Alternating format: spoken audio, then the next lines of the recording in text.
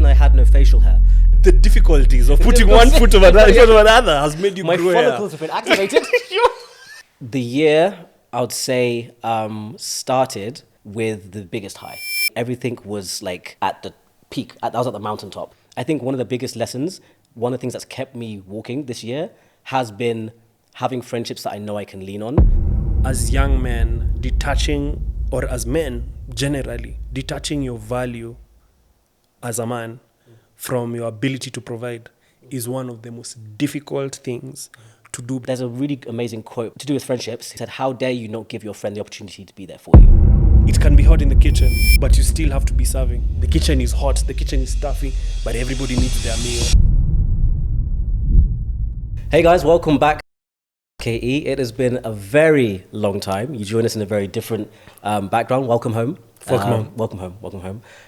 It's been a while and a lot has happened, but this is a very exciting episode for a few reasons. Number one, we are finally behind the mics, and a lot has happened in the time since we were behind the mics last time. Also, this episode is sponsored. I know, it's rare to say this, but this episode is sponsored by Johnny Walker.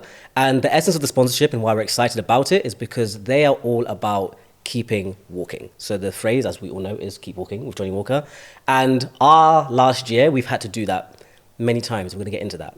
But before we do, Oscar, the phrase keep walking, I want to know to you, like, what does that mean to you?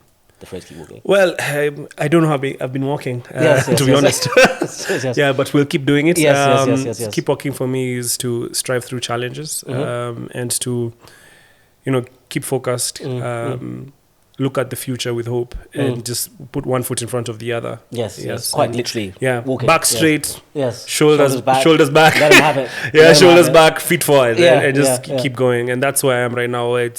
I think this episode is going to be a lot about that, about the challenges. I think it's about keep going through the challenges. Yeah. I think I kind of share the sentiment. I think for me, keep walking is, I look at it as like when it's actually done. And you look back like, oh, I actually walked through that fire. I walked through that challenge. So I look at it with kind of like retrospect, like how did I even overcome that? And one of the things I've realized this year is I have a newfound respect for like now older men, like our fathers and things. Jesus. Because you look at them, you're like, you really have been walking for... How long have you been walking, sir? Years, sir. Like this is... How have you been walking? Please, how are you walking? Yeah, what shoes are you wearing? It's actually real because like I think I've had the hardest 2 years of my life 100%, this year. Yes. Like when I count it, these have been the hardest 2 years of my entire life, and it's coming at my late 20s and early 30s. And I thought, where you think you'd be prepared. If you watch the previous episodes, we're very sure, full of life, very energetic, saying like, we've done this, we want this, a lot of this.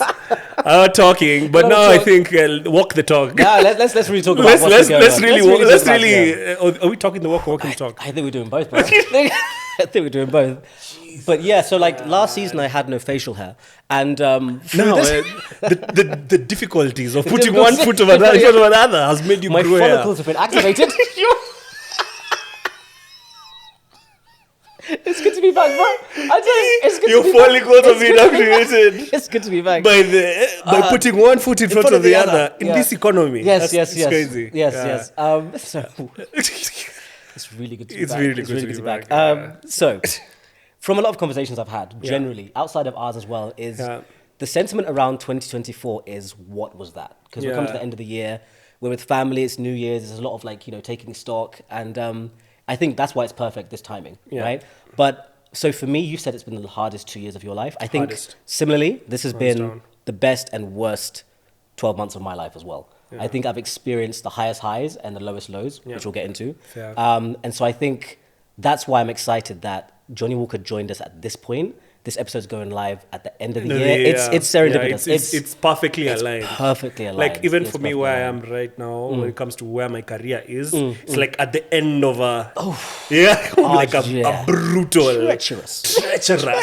Yes. Like 24 months, like now that you've kind of hit that point, it's about like sharing those lessons with other members of the Mantalk community and finding out like you're not the only one who goes through these moments of self-doubt that are totally crippling. And you have to push through those moments. Yes. And when Johnny Walker asked that we work with them, the question was for us is how true will we be to ourselves? Because the reason why we weren't able to produce Mantalk was largely because we were walking. Yes. And walking briskly. I was out of breath. I'm asthmatic. I'm asthmatic. We were walking briskly and like we're in the middle of all these transitions. And they're like, just shoot it. Just tell us, And like now we're here and it's like, it's really exciting to be able to share the key points of our journey. And would you go with your first I'll begin, yes. So I had nothing to say for a year, if I'm honest with you, because I was learning. I think I was actively learning on the job because, like you said, when we were here last time, jokes aside, a lot of it was theoretical. And this year I've had to apply a lot of that theory practically into different situations I've never been in before. And I've realized that it's so easy to, like we're saying, talk and say, this is what you do in this scenario. Just a perfect example. You know the example of like, if you're going through some stuff, the first thing you should do is like, get out there, go for a walk, talk to your friends, or start listening to positive things, listen to music.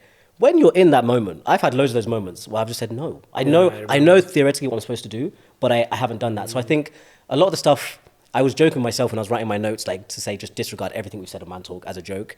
But I feel like now when we're going to be speaking, it's going to be from a place of more experience, more truth, more real life moments as well. And that's why I'm excited for the season. So I think for me, the year, I would say, started with the biggest high for me, like the biggest high. I think I've experienced relationships with my friends, romantically, family, everything was like at the peak. I was at the mountaintop. And yin and yang, physics, what goes up has to come down.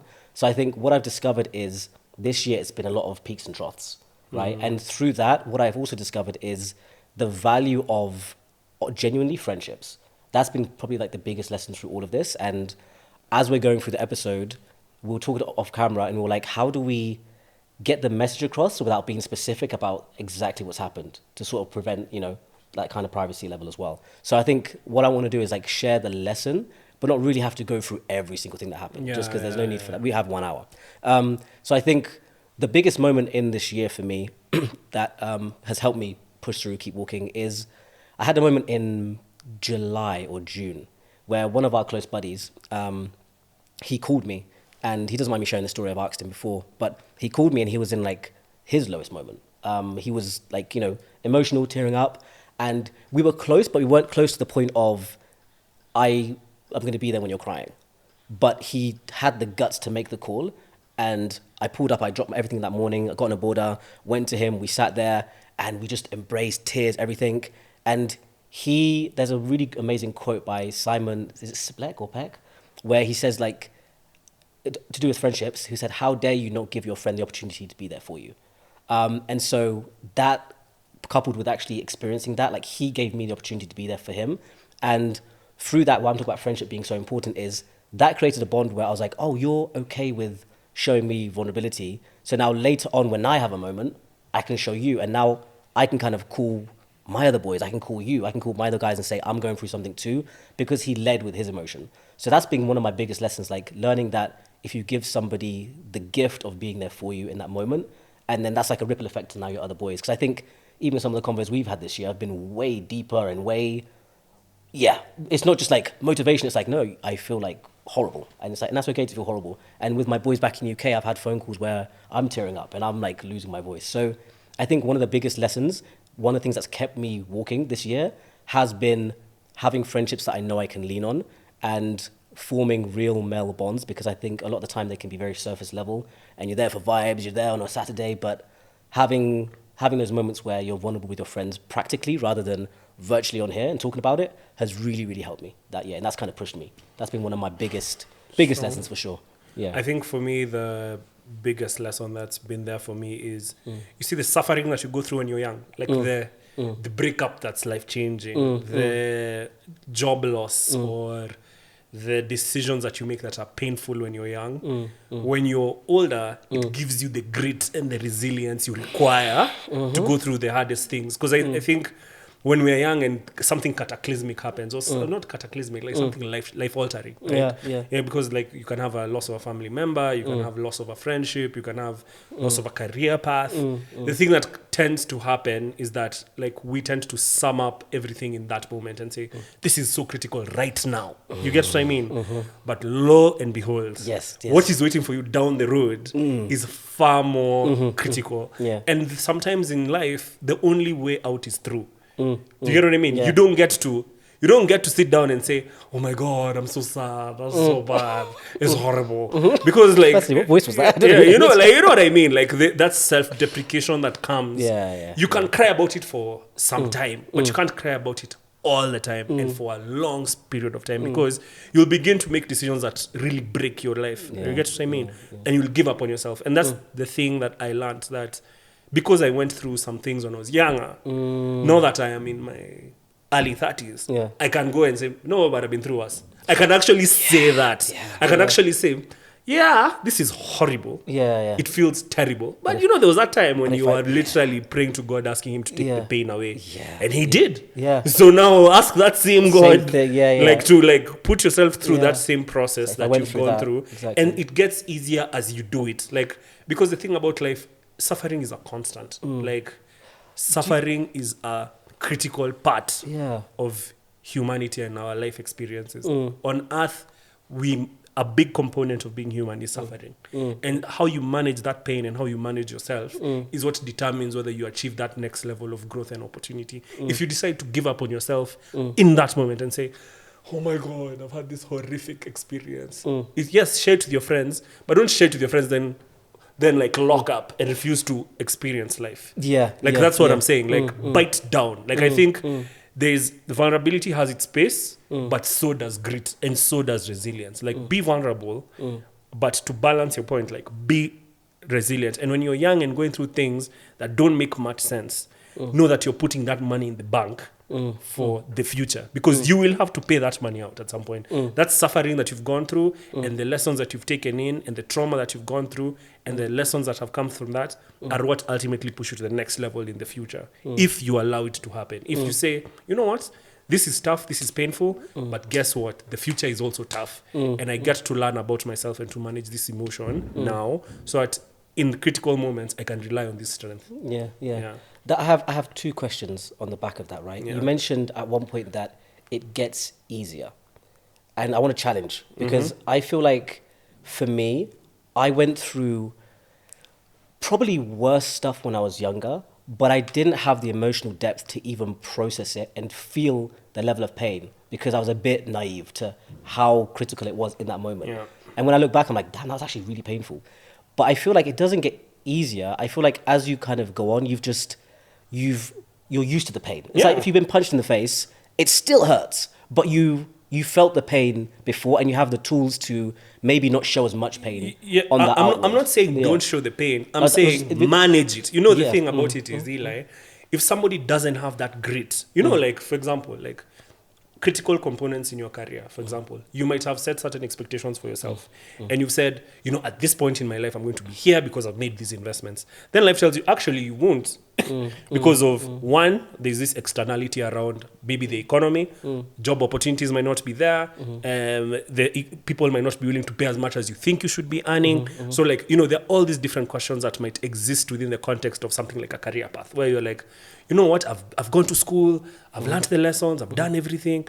But then life tells you, no, wait, just be patient. You see, a lot of people don't understand when life is telling them, wait, and when life is telling them, no.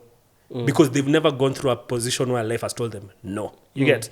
Life has told you, this is not happening, no matter how hard you try, this isn't happening. You see, some people don't have that experience of failure in its absolute form, pure failure, where you failed at something, you have to take the lessons and move on. So I hear you. Yeah, wait. So when you get to that point where you've learned from failure, when you experience something that's difficult in an endeavor or in a challenge, then you know how to manage that feeling of failure, so that you can be able to derive the lessons and apply it to this specific case scenario. That's what I'm saying. Resilience and grit are all learned things. You don't get to be resilient and to have grit without the painful lessons. You need those painful lessons so that you can be able to move forward and through the challenge. That's what I'm saying. I hear you. What I was saying is okay, so yes, you feel you go through the grit, you felt it before, the next time it's easier. Yes. But it's not absolute, in my opinion, because while grit can be a month process, and in that moment of grit, it's going to be moments where you're like, I have the motivation to get through this day, but then the next day, because I felt this year, I personally think I have grit, right? But I'm not going to be naive to the fact that even in that moment of grit, Monday, I feel good. And I'm like, perspective. I go to the gym, I wake up, I come, I'm doing the things, I don't feel I'm doing it, but the grit of discipline over feeling, I'm doing it. But the next day, the feeling wins over the discipline. But I'm still in the process of grit, right? And why I want to focus on empathy for self, because that day of going to the gym, by your definition, it's like, yeah, that's grit, that's cool. But then if I fail on the Tuesday, do I now not have grit? Do you know what I mean? That's what I wanted to, because I know that some guys might be having that Tuesday, not the Monday. Because I don't want them to think that if you fail during the process of grit, you've now, you don't have that grit. Let's align my understanding of grit and resilience and what you've just explained, right? To have resilience is to fail, to pick yourself up and try again. That's the point I'm trying to get to. Oh, yeah. Let's align that understanding. Okay. I'm not saying that, if that Monday you felt on and Tuesday you were a bit off, that now suddenly you failed. It's not an exam. And that's the thing about people like me and you who are always goal setting, always setting particular targets. We have this feeling that our output has to be consistent over time for us to be able to show those results. But sometimes, and the way life tends to work is, it punches you in the mouth, you fall down, you pick yourself up. It's Tuesday, punches you in the mouth again. And that's exactly what I'm trying to say. And this time you don't want to get up. 100%, bro. So you call your friend up and he helps you I'm up. Down. Yeah, exactly. Yeah. So, my mouth is bleeding. And that's exactly the point I'm trying to make, because what I want to steer away from, even with the pod, is like, when I feel bad and I watch Mantalk, it's like, no, they've got it figured out because they've just said grit. It's like, no, grit is also negative. Yeah. Grit is a week of 3 days you were on it and the others you weren't. Yeah. But you're still there. And that's why the cliche thing of like one step at a time, keep walking 1 foot at a time, like one day at a time, just get through that day, is so important, because we can sometimes zoom out and be like, okay, no, I've had a bad week, so I haven't pushed through. It's like, you've made it to Sunday. Like you survived. You've made it to Sunday. Like, you've had grit, you're still there, you're still with us, even if you failed. Because I want, in that moment of you don't want to get out of bed, you don't now even self-deprecate more and be like, because I can't get out of bed, I'm never going to get through this. That's what I want to The truth is, steer away from. I'll say this. For me, grit shows up by showing up. 90% of your life moments are likely going to happen just because you showed up. For example, you don't feel like, let's say, emotionally available to be there, let's say, for your friend, right? But your friend is going through so much pain and you also went through your own burden, but you just show up for him. You get what I mean? Don't do too much. Just show up. You'll be shocked at the effect that will have. If in your job you're not feeling necessarily appreciated, right? And like, just show up and do the work. You get what I mean? You'll be shocked what happens like down the line, because people can rarely tell the difference. Like, that's what me I've come to realize. Facts. People can rarely tell the difference when you show up. What's really dangerous is not showing up, not picking yourself up and out and you're not doing anything that you can to remove yourself from a situation. That's what I'm saying, which is like, there's this critical point where, like, as young men, we get to where if you don't move, nothing moves. Your life doesn't change. It stays the same flat way that it's been. And so, like, for me, what I'd like most young people to do is like focus on just showing up, getting up, and doing what needs to be done, and using and leveraging their relationships to get there. I completely stand by that. And the only thing I'm saying is, for me, that's how you'll feel on Monday. That's all I'm trying to say. I just don't want to take away from the fact that even if you that day you don't show up and you feel horrible for not doing it, you might do it the next day. Yeah. Because I know that I have literally played things in my mind that I've told other people, and I can't even do it in that moment. You know the thing, like, impermanence is the only one thing we're guaranteed? I'll say it to myself like this, right? Tears in my eyes. Impermanence is shut up. And I just go back to bed. But I'm like, but I'm still here the next day. I'm still here behind the mic. Like, I made it through that morning where I didn't get out of bed. But it's like, you're still a winner, even if you have that moment. That's what I want to get across to the guy. I agree. That is in that deep moment. And there's another really good thing you mentioned about showing up your friends and you don't know the difference. There was one day, I think I called you. I have 4 people I call. You, my boys in the UK, 2 of them, and Kaz, right? So I remember there was one day something had happened, and I remember I was about to make this decision, and this is why the showing up regardless makes a difference. So something happened, and I was so like gut-wrenched, right? And I remember being in my room, and I had 2 choices. I looked at the covers, and I was like, I've got nothing else this afternoon. I could just do this. I could put on some music, I could go to bed, and I could just stew. Like, I can just, we talked about this yesterday, like, an idle mind is like the breeding ground, right? For like irrational thoughts. And I was about to do it, and I was like, no, let me just do the thing we always say, which is call your friend. I remember I called all 4 of you. I had like a half an hour convo with each of you. And by the time I finished the phone call, I was like, lit. And I went out. And like that showing up for, not even showing up, like giving your friend the opportunity. I've realized doing it when you don't feel like it makes all the difference. So those days where you feel like you're failing and you feel like you don't want to do it, lean on your friends to do it for you. As long as you've pressed call and they've answered. And I remember I said to you, I just need to vent. And you're like, go. And then as soon as I finished, I was like, okay, cool. Like now I've actually got out of it. So leaning on others as well in those moments, those Tuesdays, I don't know what I have about Tuesdays, but those Tuesdays where you can't do it, lean on someone else to do it for you. Yeah. That's all I'd say as well for those guys. Great. Then moving on to the second lesson. I think the second lesson for me this year has been the challenge of comparison. Good. Go. I think the older kind of when you're in your early to mid 20s, it's not something that really affects your decision making as much because you're like everyone's the same. Everyone's the same. Yeah. All of you are here. Yeah. And all of you are figuring it out. All of you in the middle of your and then now slowly by slowly results start to show up. You start to see the curve. Bro. And you're still here. You just think, hiya, this guy had a plan. Oh no, he too had a plan. And you're there. And life is telling you, no. Wait your turn. Yeah. And I think when you enter your late 20s to early to mid 30s, and for some people it comes even earlier in their mid 20s, you have this immense challenge, like where you can't compare your lives and your outcomes, or your life, and your outcomes with the ones of everyone else. And the older you get, the harder it becomes. Because suddenly you're going for weddings, you're going for rural shows, you're now sitting in bigger and better apartments. Like what's happening right now?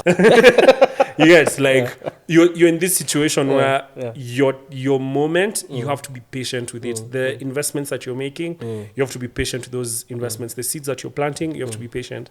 But it's easy to say, and it's crazy hard to do. Because like you have to ask yourself, Connie, we're not praying to the same God. Are we not, you know what I mean? Are we not praying to the same God? Are we not doing the same things? So you find that there's this restlessness that comes as a young man and woman as well, I'm sure, like as you move into your 20s and 30s. Into your late 20s and 30s. Yeah. I think like that's contrast bias, right? So I think what I've realized with that is as soon as you see that contrast, number one, it's amplified and you make no concessions for their problems. Yeah. So like you'd see somebody buys a really nice vehicle and you're like, you don't know the backstories behind getting that vehicle. It's like, okay, he's got it. It's like, but I don't. And now I like what's going on with my life. But if you were to talk to that guy and say, how's your week been? You might have had a way better week. And that car might be stressing him out, right? So I think that contrast bias, you never account for the problems they have in their context. And there's a really good analogy my dad gave me once where I said the same thing to him about contrast. And I was like, I feel like I'm not where I'm supposed to be.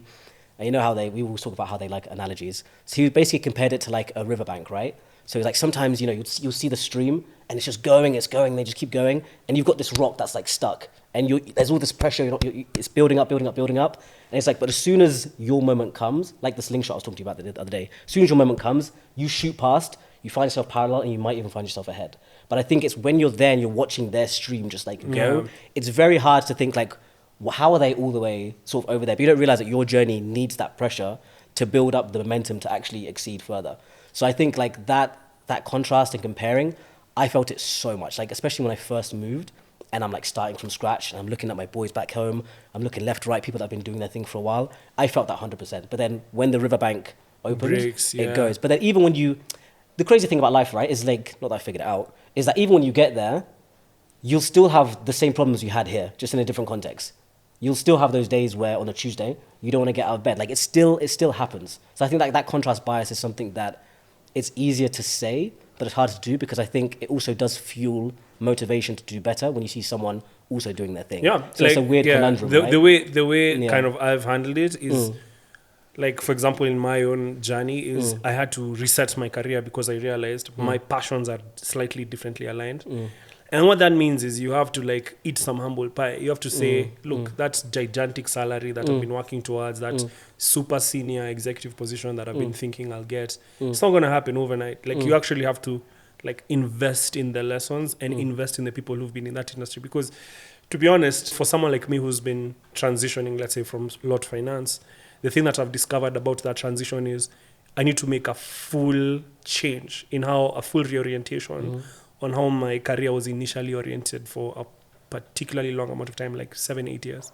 So I need to expand my networks to now include people in the investment space and people who are thinking around finance and revolutionizing finance in Africa.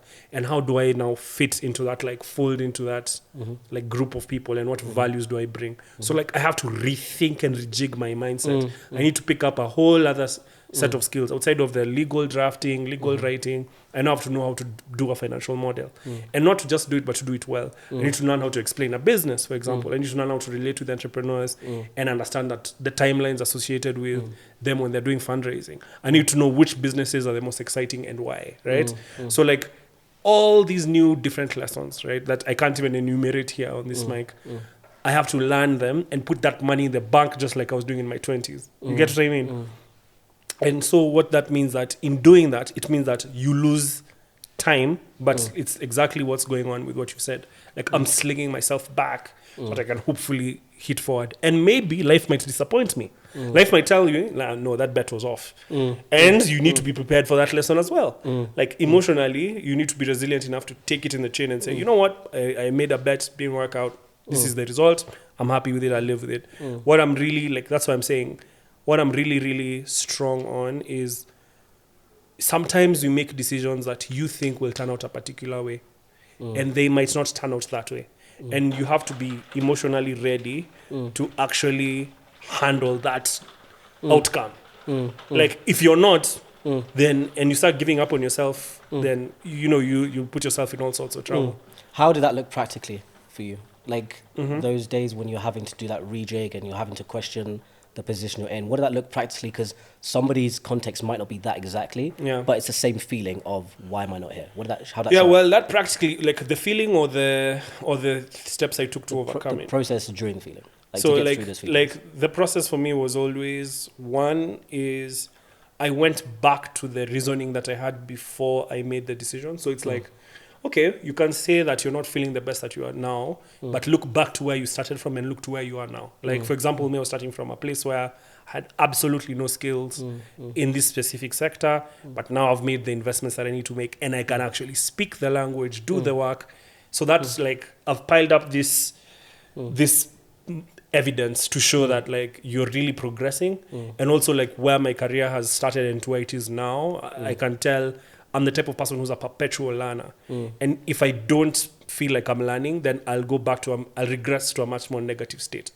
So the practicality of that is focusing on the learnings, reaching out to networks that I have that understand my story, and talking to people like you who've been there for the whole journey, which is like, hey, Eli, you were there when this happened, and you were there when that happened. So, you know, you now know what this means to me. And like that reminder, for example, one of the phone calls we had recently together really like shifted my perspective when I was a bit self-deprecating on the phone. Yeah. I was like, this is not you. Yeah, then you were like, Oscar, this isn't you. I was like, this guy is disgusting. He's just so right. You know, it's so annoying. Yeah, so like, and it snapped me out of that feeling, and I was like, no, but you really are that guy. Like, you really did make certain decisions, and yes, the payoff isn't there today, but it'll definitely be there tomorrow. So yeah, that's 100%. Yeah. So the reason I ask is because that's like a practical thing to say. Like that's because we're linking all the way back to the keep walking thing. In those moments of question, etc., it was a case of going back to that place, a case of having conversations. So now that's like a practical thing that guys can apply, right? I think for me, when it comes to keep walking in the year, I want to talk about loss, like losing things. Because there was a 5-week period where, we'll go here. There's a 5-week period where I lost like the most important person to me. I experienced grief. I lost the biggest deal of my life. And I definitely lost myself, in that moment.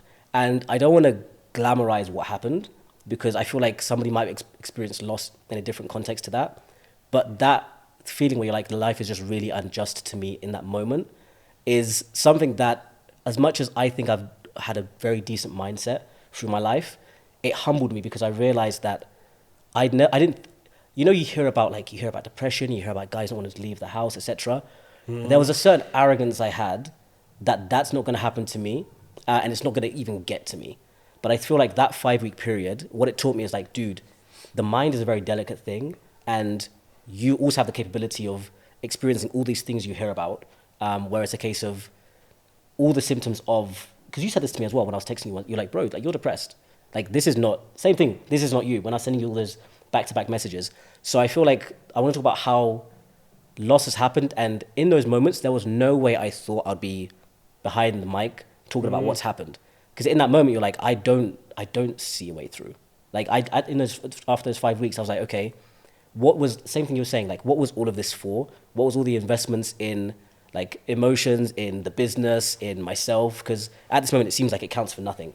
And I was talking to one of our boys as well, and we said, like, in those moments, it's kind of like you're dealing with a shadow of yourself. So I think like 5 weeks happened, and the next week when I went out, I was at work, etc. Somebody's talking to me, asking me a question about like work, or somebody bumps into me like, oh, I love the podcast, or so good to see you, Eli.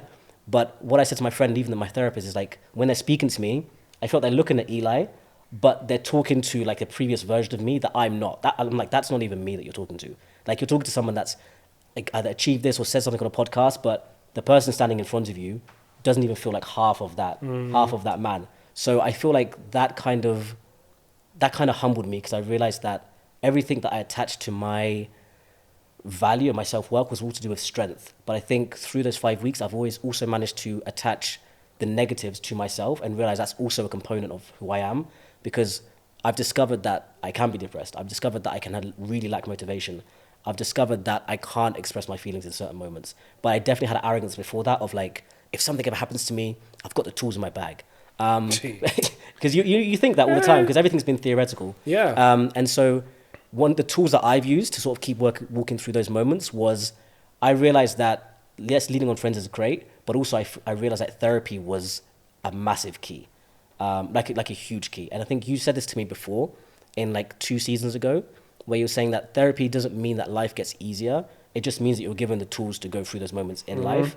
And I definitely found that, because I would go to a session, and it was that moment. That's why I want to encourage guys to do it, because it's a moment where you go in and you realize like you could actually say everything. Because I think we talk about FMS all the time. With certain friends and certain family members, you have to give them a certain iteration of your problem, because you can't say absolutely everything.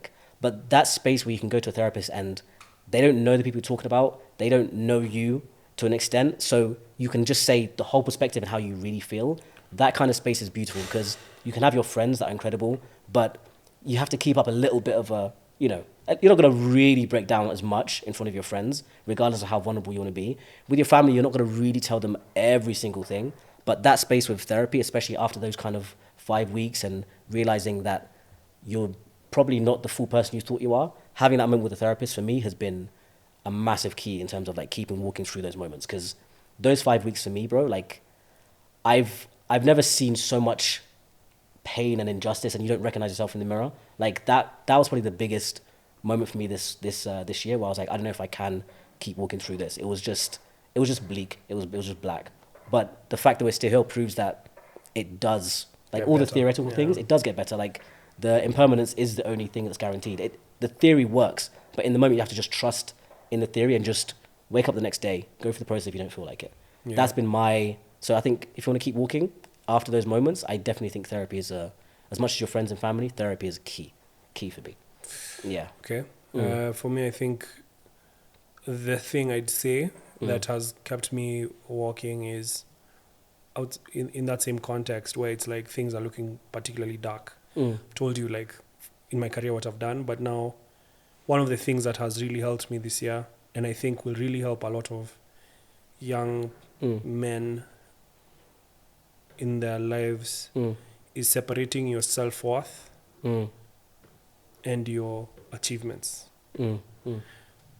It seems like a trivial thing, but a lot of men and a lot of women, I think, but a lot of men in society today are their values determined by how much they can provide, how much money they have in their account, what they've managed to do with their lives. And if you don't have those things, then there's this feeling that you're not worth your life, or you're not worth being a man or being who you are, right? And removing it from your identity can be very, very helpful, because it reduces the amount of stress in your life. Because comparison goes away.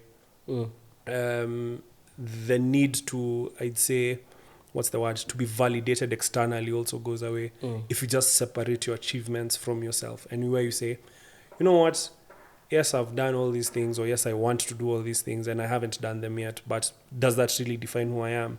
That you have to create an identity that exists independent of your achievements and your career and all these different things. And once you achieve that, I think you will find yourself to be much happier. A practical way to do it is ask yourself what you really like. Like for me, I discovered it was gaming. I really like gaming, and I don't care. Like imagine I don't. I don't care if I spend a whole 12 hours on PS.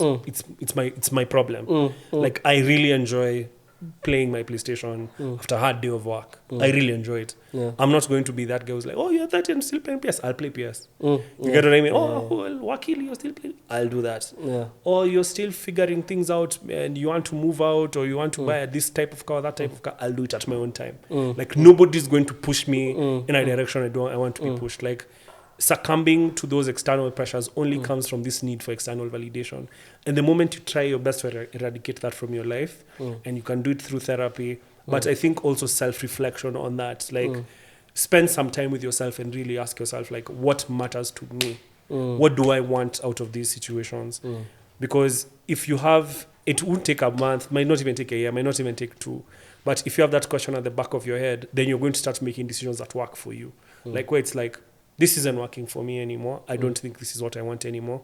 And I want to change it. You get that agency that gives you by separating yourself from your achievements, your need to be externally validated. It makes you a much more fuller version of yourself. Yeah. I think the stress that comes with it, though, that's really confusing sometimes as a man, because I felt this, is if you're consistently in an environment where someone needs that version of you that's achieved that, and they need you to tap into that at that moment for maybe months on end, it's hard to tap into the other one where you are not so intrinsically linked to who you are, to different people professionally, friendship-wise, etc. That's what I've basically struggled. And where I kind of found relief in that is I managed to experience a relationship. And what I realized is that everyone in my life needed something from me to an extent, right? Even down to a family. In the most beautiful way possible.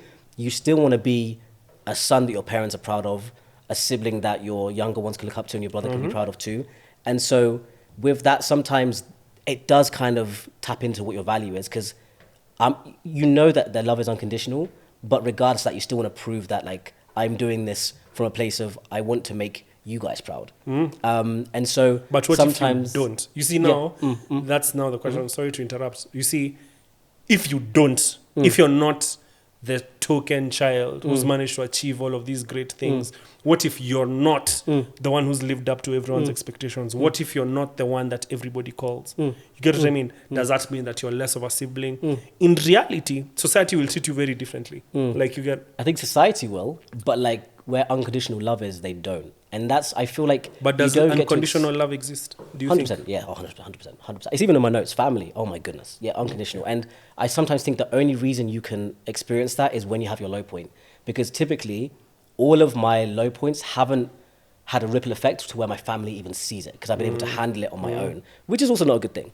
But up until this year, my family had never seen me break down like that. My family had never heard me say, like, I just can't, or like, I don't know what to do, or like, yo, I'm down right now. Like, they'd never had to display that unconditional love in a dark moment because I hadn't let them in. And that's why I'm saying the beauty of even showing that to them and relinquishing your value that's attached to everything else and just saying, this is me when I'm down and have nothing to give you. And they're like, but we can still give you love. Like, that moment for me was transformative, because I went back a few months ago at my lowest, and they're like, yeah, just come home for like a few weeks. But you see, Eli, I'm also trying to balance the fact that some people listening to this don't have a home to go to. They don't have a place where they'll say, oh my God, life has gotten hard, I can't come home. You see, these people who life has gotten hard, and all they have to bank on is their self and their strength. And you see, when that happens, right, now their entire value case is based on what they have managed to provide for themselves and for others, despite not being in a place to do it.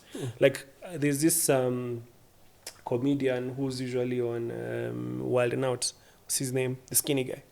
Forget his name. DC Young Fly. Yeah, DC Young Fly. Yeah. DC Young Fly has this clip where he says, it can be hot in the kitchen, but you still have to be serving. Everybody's out with a plate. Everybody's out like... And that's the reality of most men. Everybody's out with their plates. The kitchen is hot. The kitchen is stuffy. But everybody needs their meal. But everybody needs to be whipped up for something. You get what I mean? And if you don't serve that meal, you get what I mean? Then you as the chef are now deemed as useless. And the thing is, that's okay. Because if all the plates are there and you have nothing to give, who's going to take their plate and dip? That's what I mean. Like, when I went to my family and I'm like, I have nothing. I'm in the kitchen. I can't serve. I've got nothing to give you. I can't give you vibes. I can't give you a story. I can't even give you good company. But they were still there with me. And I feel like as humans, we can't exist in silos. So if you can't find it in your family, you might find it in a romantic relationship. Because what I discovered is sometimes through conversations, you try to like come to them with all these airs and grace, like, I'm this person, I can give you this, I can give you this. But after a while, like through conversation, like, no, I didn't need that. I needed you regardless of all this other stuff. And even with some friendships, like I remember I went on a trip with one of our boys and I was saying to him, like, I'm bad company right now. And he's like, yeah, but I'm still here. Like, we're still just gonna talk about nothing, because that's what it means. So I think we can't expect sometimes to always rely on ourselves to have that strength, because humans by nature, we need people, we need society. And if I'm saying identify it elsewhere, you might have a friend that's still there, even if you can't give anything out.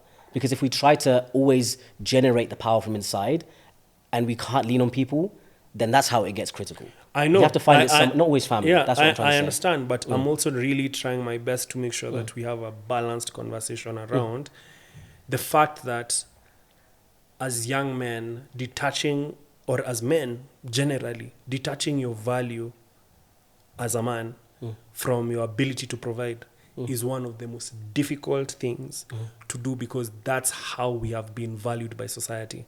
And like, that's very important to do. And if you're not conscious of it, like, you get what I mean? You're not sitting down and saying, I need to develop an identity outside of my ability to create value. And I think this is where like it all tying together.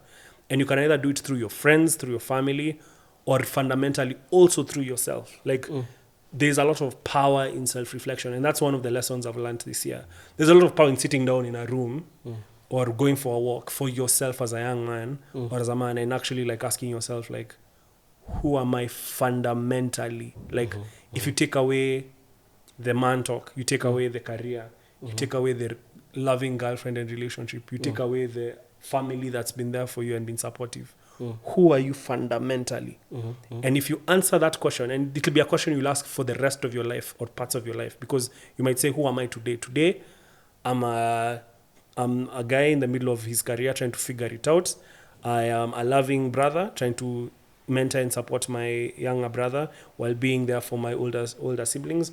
I am a son who's faithful to his mother and father, trying to figure out how I can be able to be much more supportive and much more useful in that context. And I am also a grandson who exists within the context and the roots that I have as a Meru man. I'm seeing the Meru sign here. You see, like, you have to be trying to answer those questions outside of your career, outside of your achievements, so that you can be able to develop a spine of values. Because if you don't do that, ultimately, you're going to be waiting for everybody. You're going to be determining your value based on how many plates you're serving out to everyone else. And you barely have anything left for yourself. Yeah, that's the message. And that's why I think what we said at the beginning is really key, where that vulnerability, you'll be surprised who is still there when you have nothing to give. Like that conversation I had where my friend was breaking down and he had nothing to give me, right? But through knowing that, through giving the benefit of being there for him in that moment, I realize that now when I have nothing to give, like you mentioned, career, roles to other people, that's still the plate, in my opinion, where I'm still a son, I'm still this. There's still certain expectations with all of those roles. But you know, when you're saying fundamentally who I am, sometimes I feel like when you ask yourself that question and you're in a dark moment, it's not going to be a positive response. So I feel like when that kind of the idea of plates, the idea of showing up for people and being a certain person, I think when the vulnerability happens and when you have nothing, those still moments where you're like, damn, this person's still, like you came to the house once and I was in a bad place and I had nothing to give you, bro. I wasn't a business owner with you. I wasn't like a friend. We played FIFA. Yeah, we played FIFA and we didn't even talk about anything. Yeah, do you know what I mean? So it's like those moments where at this moment, I'm none of those things. I don't feel like any of those things. Like as much as yes, the self-reflection is there and there's still moments, when you can, also please lean on people, because I've been this year so surprised at what comes out of my friends' mouths when I'm down, what comes out of my family's mouths when I'm down. And then they remind you who you are when you can't. It's true. So I think like, yes, self-reflect, but sometimes you need that reminder and you need to know that even if I have nothing, I still have some people around. And I don't take away from the fact that, especially even this holiday season, that some people, when they go to the house, it's not a safe place. It's not a place where being a son is a good thing. It's a place where, you know, I spoke to some people where it's a toxic environment. Yeah. But it's a tough Christmas. It's a tough Christmas for some people. Yeah. This year's been horrible, but if it's not your family, find it elsewhere. And the only way we find it is when you take the leap and you actually show up and say, I have nothing and I'm down. And then you see who's there. And then that bond that you create when you had nothing, it's key, bro. And sometimes, like, for example, like, I'm trying to put myself in the shoes of a father who, it's Christmas time, is unemployed thanks to a very, very messed up government policy system. And he has no Christmas presents to give. There's no food in the fridge. The wife isn't getting anything. The family members are inviting him. He doesn't have fuel for petrol for his car.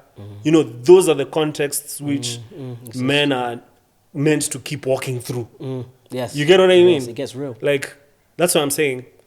For that person, they need to sit down in a room, like, because there are situations where I've felt like that. I can't empathize with it entirely, but like, these are the realities that we face as men during the holiday season, where it's your value has been based on what you can provide and what you serve. And it is true you should lean on friends. But you and I both have been in situations where, like, you've seen a friend alienated because they are not bearing value to the friend group. You know, they can't come for that trip. They're borrowing everybody money. I've seen things now. I think maybe I've now hit that age where Mantalk is slapping different. Come on. Where it's like, there's people we've alienated from our lives simply because we don't think that they fit the context within which we exist. Yeah. Right? And fine, you're the lucky guy today. But remember that, you know, there's more to life than these items that we surround ourselves with. It ultimately belongs to the person who, at the end of the day, will sacrifice and buy that one chicken from the butcher using a favor and come home and cook it for his family. That is the man to me for this holiday season. The guy who sacrifices for himself, from himself, and gives to others is the guy for me. Like, is the guy I want to Johnny Walker to embody and keep walking to remember and to make this episode to commemorate. The guys who sit down and with themselves, they don't have the friends, the family, the things that they surround themselves with. It's that thing where it's like, as a man, unfortunately, these are the circumstances that I'm in. But I will try my best to be sacrificial for others and to make people benefit as I work through these things in future. So basically, that's, if I'm thinking about keep walking, that's the man I'm thinking about. And it takes me to, I'll never forget, and I always bring him back, but I think about him so often. Like, I might even start hearing. The border guy. The border guy. There was a border guy I was in an accident with. And, he was in an accident with me, and I took him to, like, so we went to the hospital together. And he was telling me how, if he doesn't make it to work tomorrow, you get, if he doesn't make it to work tomorrow, because of this accident that I've caused, like, just looking on one side of the road, he might not be able to feed his family. And it was around this time, actually. It was like during the holiday season. He might not be able to buy his family the bread for the morning because he was on his bicycle, and he needs to ride his bike from here to Kawangware. Even him, he has a Christmas to think about. You get what I mean? And he took that thing on the chin, made sure that he got the treatment he needed in the moment, and the very next day he was at work. If I'm thinking about strife and grit and resilience, I always go back to that memory. That's really beautiful. I remember that story when you told me. I was very shocked. The thing as well, balance and parallel, is imagine if two guys in the same situation where they don't know what they're going to do for Christmas spoke to each other and they said, bro, this Christmas I don't even know. And the guy says, same. Can you imagine how validating that is? Because we go through that's horrible to go through, where you feel like everyone needs something from me, I have nothing. If someone else says everyone needs something from me, I have nothing, then you're like, we can't give each other anything but a little bit of time and encouragement. That's why I want to parallel as well, because it's really hard being a man. Like it's horrific at points. Especially now. Yeah, it's horrible. But the only thing I want to encourage is conversation. Because bro, like I can't take away from how much it's healed me. And just hearing somebody say like, I've been there too. And it's like, I feel like this, I've been there too. And maybe the guy can't loan the other guy money. Maybe the guy can't send the guy food. But dude, that conversation might give him the fuel to have more perspective, to be like, I've got a bit more energy and I might figure out a solution because I've vented. Because I think there comes a point where you've been with yourself for a certain period of time and it can get clouded. But as soon as somebody else injects perspective, it can kind of even give you the perspective now to go back and be like, make better decisions to make it work. Yeah. But sometimes we try to push through it and it takes a longer time. It more does, painful. 100%. Yeah, it's a more painful experience if you don't share. And that's why I'm just pushing for that angle to be, because I think the relationship with yourself is so important, but just I really want to encourage those male relationships where if you can't give anything, give time, 10 minutes on the phone. Like, yeah, see with your boy. Yeah, that's what I'm saying. Let's be honest here. Like, even you, when you call me in a place of emergency, I show up at night. Exactly, if I'm going through something, so it's, bro, are you coming over? Yeah, now this like, guy, no. But and you take 20 minutes to answer your WhatsApp. This guy, I was like, drop the pin. You know? Yeah. But thank God there was someone else standing in. Hello. How was your year? Oh, wait. Let's watch that. Sometimes you don't walk alone. Much like Liverpool, you know what I mean? Like Liverpool. Come on. Like Liverpool. We never. With hope in your heart. With hope in your heart. We never walk alone like Liverpool.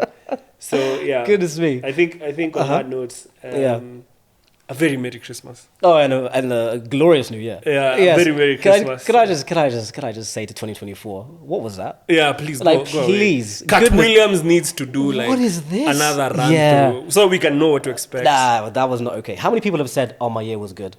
I think 3. Dude. I know a lot of people, and I think 3 of them have said, brutal, bro. Yeah, it's been the worst. Like, it's been the worst. Let's not lie. Brutal. Yeah, it's been like horrible. I think for me it's brutal. Yes. I think that's the word. It's just been a brutal year. But one caveat is we have ended the year with a sponsor. With a sponsor. I can't even say it. Can you imagine? On Mantalk. That has encouraged us to keep walking. It's very, it's like we said, it's serendipitous. So I'm so grateful that they saw the vision of what Mantalk is, which is a platform where we have honest, elevated conversations that encourage people. Because this year, I've bumped into so many people that said, hey, where's Mantalk? And I'm like, I'm just having my year first. Like, me and the boy we're experiencing life, we'll be back. Yeah. And like, but bro, it was really helping me. So like, I think this platform helps other people keep walking. Yeah. And that's why I feel like this partnership, that was really good, by the way, wasn't it? Thank that. I feel like this partnership, it's one of those ones where it's a no-brainer. It's one of those ones where I really hope that because they understand our vision, they empower us to help more people, to get more mics in front of us, to have more guests, and carry on that thing where like speak to other people, speak to other men, and if you're walking like on your own, you might have other people that can sort of walk with you. That's what I want to push for. I think what I wish for now for Christmas is I'd like the guests that we bring on to be a little more mature. Not that the other ones weren't. No, when I say a little bit, calm down. Let me finish my want thoughts. To make sure we... a little bit more mature. Like the conversations that we have are going to be a little bit more mature. And when I say that, I mean a little more real. Like... I think the best interviews that we've had, like I remember last year's Christmas was like a super beautiful love story. And I want similar conversations, true life experiences about the realities that we're living in. Like no more hypothetical conversations. Now we're in our 30s. Like now it's like, bro, Mantalk is a real conversation. If you don't want to give us real conversation, stay home now. Just chill. This space is going to be reserved for real conversations. Like where come and tell us the truth about what's really going on with you and how we can be able to support. And like we're now, I think we've now reached our like wine, like not wine, like whiskey. Come on. I think we've been in a fine cask for the past few years, and I want that value to pour out of us as we move forward. But it's been a really, really interesting time for Mantalk, and it's been of rethinking. I think the time Mila and I have spent thinking about what Mantalk looks like and what we'd want it to look like in our 30s is very different from the way it was in our 20s. So like let's hope that vision of ours is something we can achieve. And as hosts, I think this first episode back, I don't think we were rusty. I think we're good. But I think I'm still on a journey figuring out how much to share of my truth and how much for it to be a lesson. Because this episode, I've held back with saying specifics, but I've tried to get the message across still. But I think as we sort of go on, we get more used to sharing certain things. I think that will happen as the season goes on as well. Because I felt a slight blockage around like, I'm not ready to share that yet. When I talked about loss and grief, bro, I had to stop that sentence because you could feel it. So I think that's also going to be a journey for us, and I'm excited to see where we go with our convos this coming season. Yeah, let's see. But this has been great to be back on the pod. It feels right. It feels natural. I think we still got it. I'm curious to see how we look in this episode versus the last one, because there's definitely a couple like beaten. the crow's feet are crowing. Do you know what I mean? I've actually started to look my age. Imagine you have visual hair. Can you imagine? It just grew out of nowhere. Whoa. Stress brings out follicles. Hey, no, you're wondering, Oscar, how are you bald in your 30s? No comment. But we really hope Johnny Walker is going to be a part of your journey going into next year as well, and you can keep walking with all the challenges. And we also hope you've enjoyed this episode half as much as we enjoyed making it, because we had a ball. Come on, brother. Do you know who didn't have a ball? What? Drake. First of all, admit that. Because what? See you next year. Happy New Year. Happy holidays. Love.